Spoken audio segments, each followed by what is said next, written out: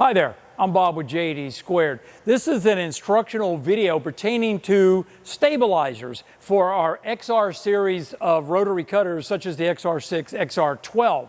Now, stabilizers make the XR series machines incredibly versatile. They allow you to cut many parts, but there are quite a few of them. So what we've decided to do is break down the videos into individual videos pertaining to, for instance, this is the automatic round tube stabilizer if you're doing, railing, stuff like that. And then we got a couple of square stabilizers. We even have one I'll be showing you in a minute on the machine that is specifically designed to cut C-channel up to 12-inch and angle iron up to like 6x6, 6x8, that kind of stuff. Now, while they afford an incredible amount of versatility to the machine for cutting different parts, there are certain commonalities between those stabilizers. So since we're going to be doing an individual video on each stabilizer so that we could better explain to you its full functionality, we decided to go ahead and just do an overview at first, and that's what this video is. So I guess the first thing is, what is the main purpose of a stabilizer? There's two ways you can cut metal in an XR. You can either cut it very long, for instance 20-foot long parts, or you could cut very short parts. Now if you cut a very long part, well, you've obviously got to support that material along that length, and sometimes that, that works great for a single long part, or even a couple of fairly long parts that you're going to cut out of one piece. However, if you're going to be doing a lot of stuff like this, so for instance, this part right here, relatively short part, I'll show you that right there, and then if you're doing angle iron, for instance, what we were doing in the machine over there, little short parts,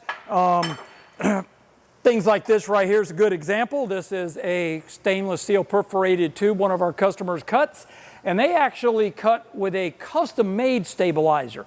And we'll be talking about that here in a little bit, but what they do is they spin this, and their stabilizer, which is basically holding this part up, has Delrin pads that run underneath it to support it, because there's really no way to support it any other way, just because this isn't perfectly round. It's a little bit oblong, So the stabilizer is for that. Now this is another part that a customer cuts on our machine. Now they used a really big stabilizer for this, and it's this thing right here, and this thing is heavy. This is a 12 by 12 inch square tube, half-inch wall, and it's a short little part, so they needed lots and lots of them. So you don't really want to set up the machine with one giant long part in it, and then just start cutting and then have to move the supports. You have to have multiple supports. What you want is a stabilizer. So I'm already getting dirty. So stabilizers, their specialty is for shorter parts. So for instance, if I was cutting a round tube,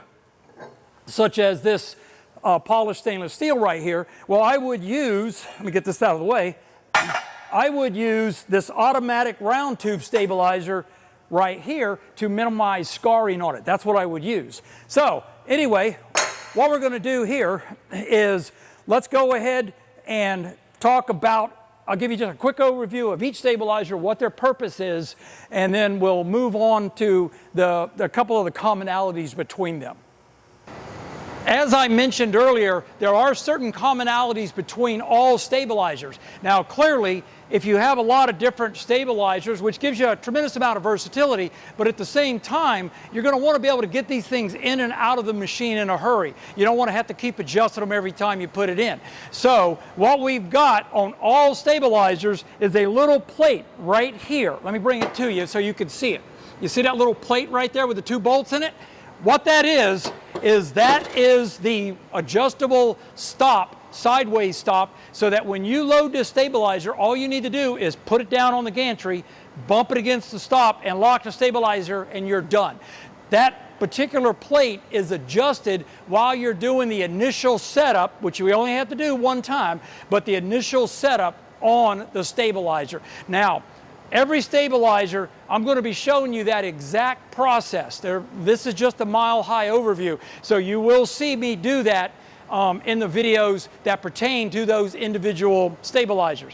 Having said that, let's start talking about the stabilizers. Let's go ahead and start with the most popular stabilizer. That would be the automatic round tube stabilizer I have right here. It has a capacity of 3.5-inch OD tubing or 3-inch pipe. Now, the way it operates, it has transfer balls inside it. You know what? Probably a good idea is let's go ahead and open it up, all righty? This way I can show you a little bit better. I'm not doing an in-depth video on this stabilizer. I'm just trying to give you a better idea why you would choose this stabilizer. Okay, this stabilizer is fully automatic in respect that the transfer balls, I believe you can see them right here, opening and closing, will activate only when the part is being cut. Now, the reason you would want to do that is because when the transfer balls are on the material, they're going to leave a very, very slight mark. Hopefully the autofocus will pick this up. Can you see that? It's a very slight mark. It's not a big deal. You can easily polish that out pretty quickly. Now, so if I can polish it out quickly, why in the world did we go to the trouble of designing this? It has to do with the rapiding up and down of the part. While you're cutting, these transfer balls, let me get out of the way here, hopefully I'll be able to show you.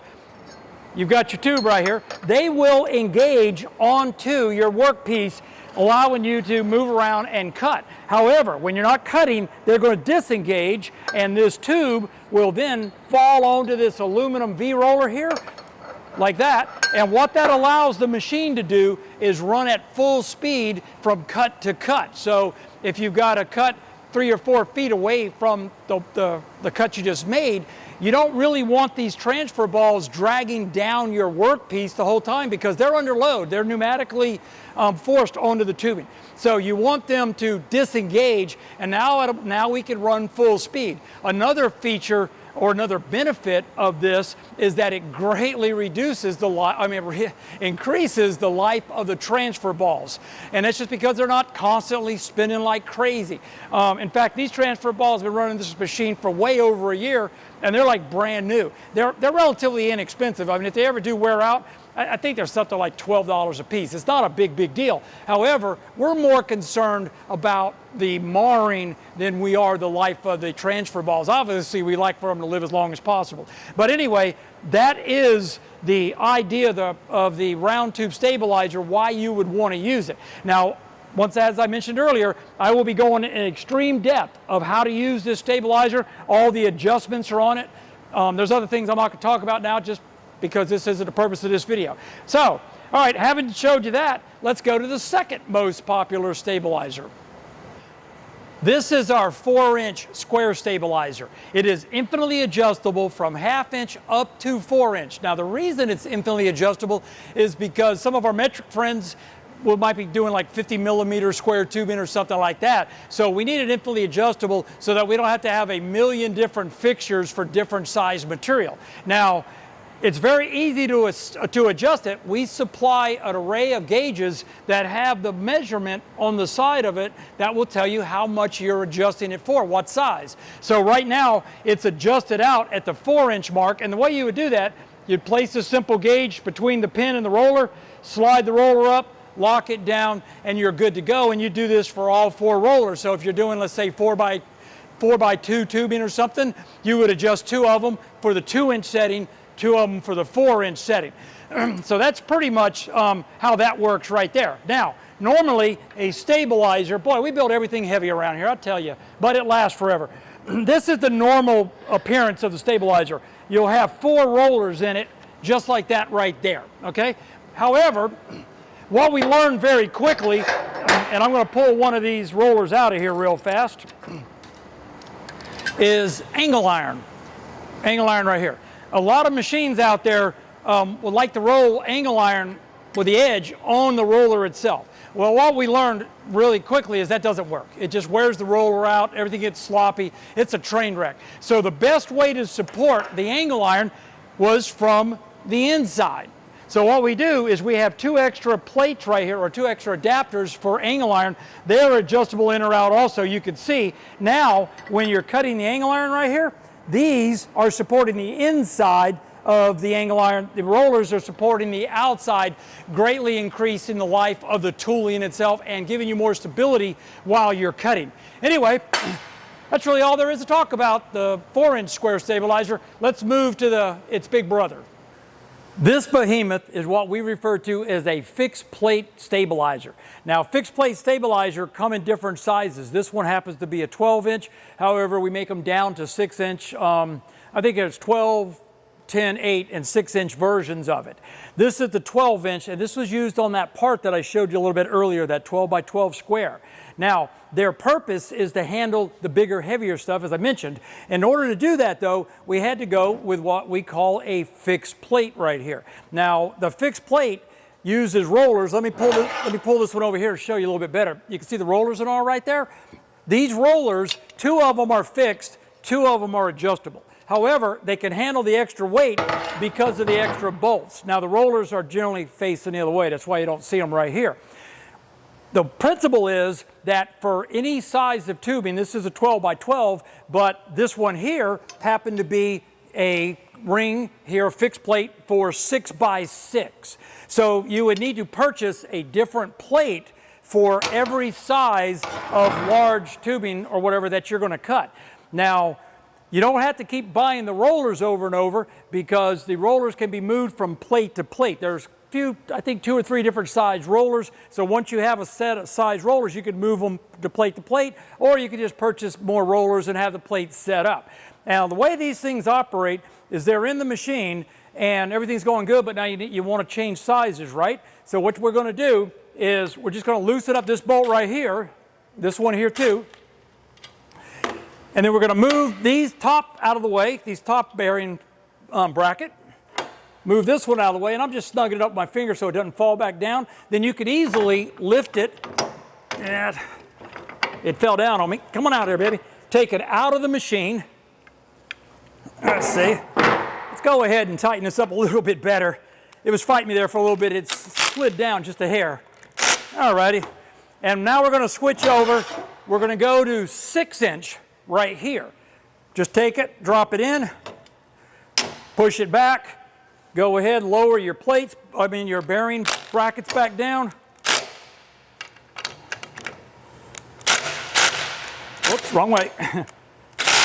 And there we go. Now we're set up to handle the 6-inch square tubing. If you notice, we have a lot of openings cut out of this ring right here. And the purpose of that was, in order to try to save our customers some money, we didn't want you to have to keep buying multiple stabilizers. So a 6-inch square tubing stabilizer would have been better in the 6-inch stabilizer. Having said that, it works fine in a 12-inch stabilizer as long as we lighten the ring so we kind of reduce that flywheel effect.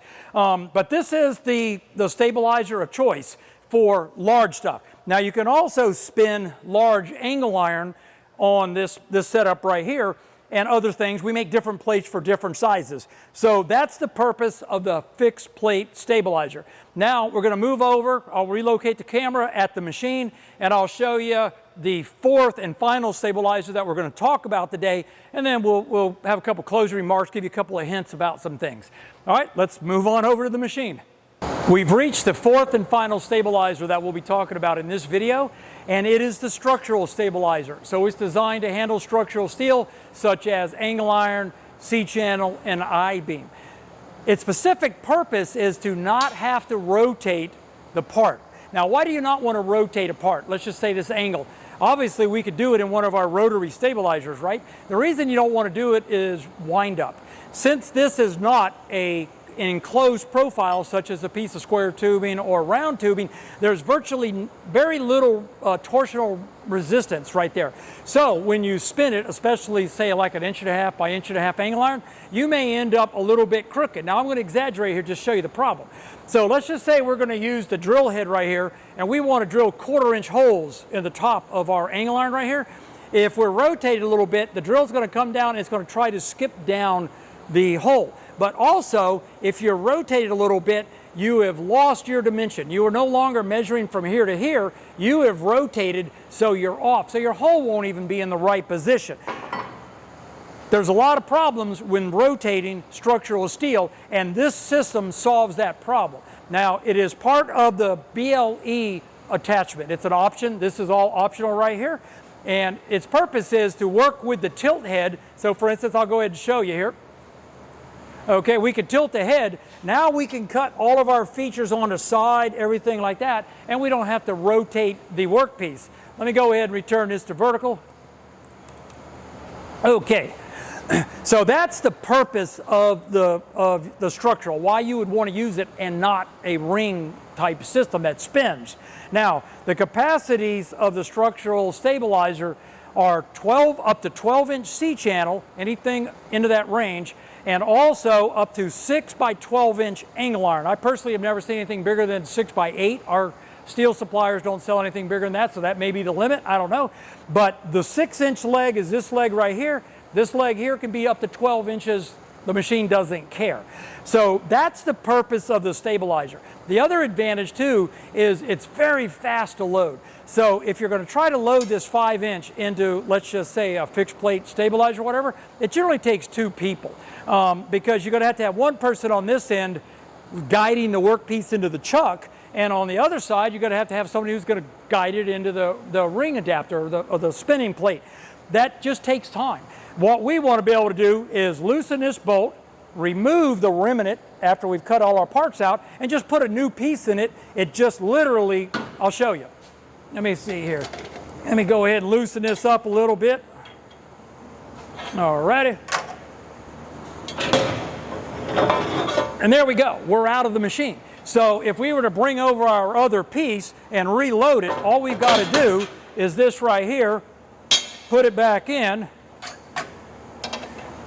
snug her down, and we're good to go. We're ready to run the machine to the other end, tell it, hey, this is my new Y0, and just start cutting. So it's a very, very fast system. Works really, really good. Alrighty, so I think that's about what I want to talk to you about the structural stabilizer. Let me go ahead and talk about a couple other hints or techniques that you could use and why you would use a stabilizer, or where you should use a stabilizer as opposed to other ways of actually cutting the workpiece. When do I want to use a stabilizer? If you're cutting square tubing up to 4 inches or round tubing in an automatic round stabilizer, you're always going to want to use the stabilizer. The reason is, let's just say, for instance, I want to cut an 1.25 inch tube 20 foot long. Run the machine out, we don't care, because all of our machines are equipped with automatic lifters. So as the gantry moves this way, let me move it, I'll show you. As the gantry moves this way, whoo, that's a lot of leverage right there. As the gantry moves this way, that automatic lifter, as we're moving the gantry and it starts to sag, right? Our automatic lifter is going to come up and support the tube, so you don't have to worry about the sag. So up to 4-inch square, 3.5-inch round, always use the lifter. Now, angle iron, structural, a little bit different.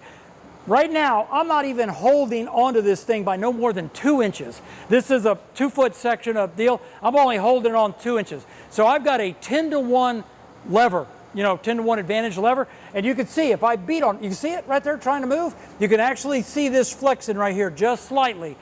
Even though we try to build all our machines to be as robust as possible, build them like a tank, there's a limit to everything. So you're going to want to not let this hang out a whole lot more than 4 or 5 feet, or you might see a problem. Now, if you are cutting the angle iron and it is sagging, let's just say you want to cut say an 8-foot piece of angle iron, right?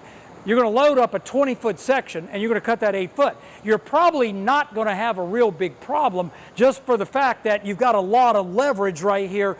The lever effect isn't so great. You would have to do a little bit of experimenting to find out what you're comfortable with right there. So when I talk about short, it really depends on what piece you're doing. If you're doing these right here and you just want to go to the machine and say, hey, just cut me a bunch of this exact part out, that's what stabilizers are designed for. Let me go ahead and move this over here, get it out of the way, like there. So if I was going to have to cut a long piece of structural, I'm simply going to use 2 columns right here, and I'm going to position them inside the end cuts so that when I cut off each end, the part doesn't actually fall out of the machine or fall down into the machine. That's how you would handle a long part. So let's just say, for instance, I was doing I loaded up a 24-foot section and I needed, maybe two 10-footers out of it, then what I'm going to do is I'm just going to use 4 of these columns right here and position them so that as I cut it, just the remnants fall down. So I think I've given you a fairly good overview of the stabilizers, what they do. They provide incredible versatility to our XR machines, and we always enjoy when somebody comes up with something new like this right here. That was a fun project. It gives us a chance to show off. But anyway, I think we've reached the end of our video. I really appreciate you taking the time out to watch it, and I hope you have a great day. Take care. Goodbye.